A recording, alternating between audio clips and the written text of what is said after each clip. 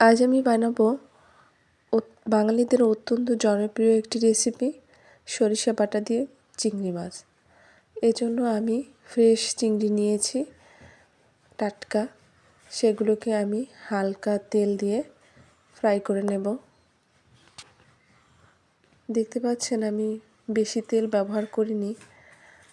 আসলে অনেকেই বেশি তেলে রান্না দেখায়, আমি চেষ্টা করেছি কম তেলে কিভাবে রান্না করা যায় এবং কম মশলায়, যেটা আমাদের শরীরের জন্য উপযুক্ত।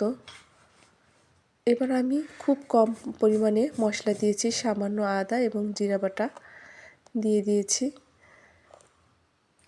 মশলাটা কষানো হয়ে গেলে আমি সামান্য পরিমাণ জল দিয়ে দেব।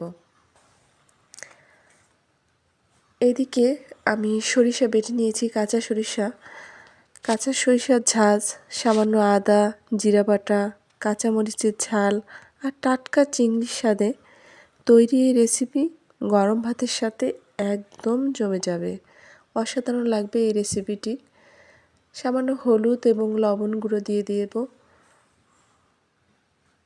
এভাবে 2 মিনিটের মতো আমি জাল করে নেব। এবার ভেজে রাখা চিংড়িগুলো দিয়ে আমি মিনিট 2 রান্না করে নেব। খুব কম মশলা ও সহজ পদ্ধতিতে ঘরেই বানিয়ে ফেলুন এই ঐতিহ্যবাহী বাঙালি খাবার। ভালো লাগলে অবশ্যই লাইক, কমেন্ট এবং সাবস্ক্রাইব করতে ভুলবেন না।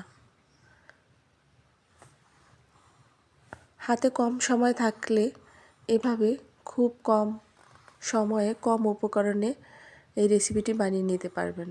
যখন হয়ে আসবে তখন সরিষা বাটা দিয়ে ভালোভাবে মিশিয়ে নিয়ে নামিয়ে নিতে হবে। এবার গরম ভাতের সাথে পরিবেশন করুন। ভালো লাগলে অবশ্যই সাবস্ক্রাইব করুন। ধন্যবাদ সবাইকে।